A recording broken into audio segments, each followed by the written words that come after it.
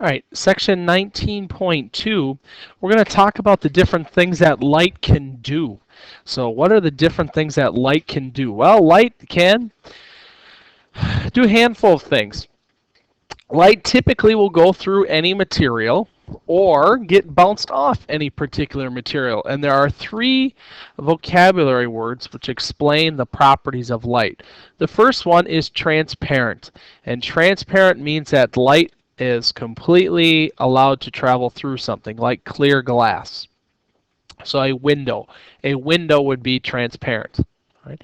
Next up, you have translucent, all right, which means that you can make out shapes but no details, such as frosted windows. You know, the windows you usually see like in bathrooms. If your bathroom has a window, so you really can't see the person, you might just be able to see a shadow or an outline.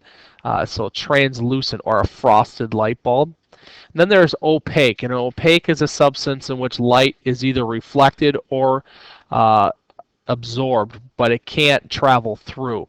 So opaque would be like a brick, a stool, a table, a wall. All those things are typically opaque. So here's a couple of examples. Nice glass building. That would be what? Let's go back. Transparent, translucent, opaque. That would be transparent. Next up, all right, frosted glass. You can't see the image, but you can kind of see the outline. That would be translucent.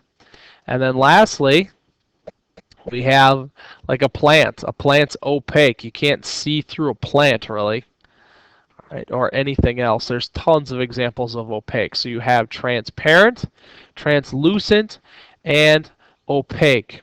Okay. Light. What else can light do? Well, light can reflect and refract, just like we've talked about. So that's review, reflection, and refraction.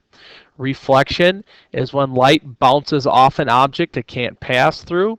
Refraction is when light passes through one medium to another, such as from air to water. That would be refraction. So you have reflection and refraction.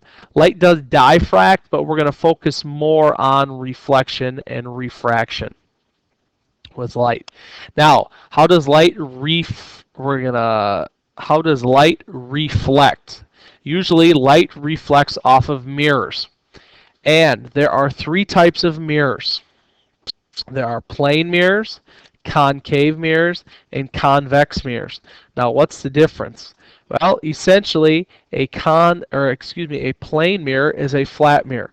Those are the mirrors that you're used to looking into in the bathroom or in the locker room, or anytime you typically look into a mirror to see what your face looks like or comb your hair or anything like that. That's a plane mirror.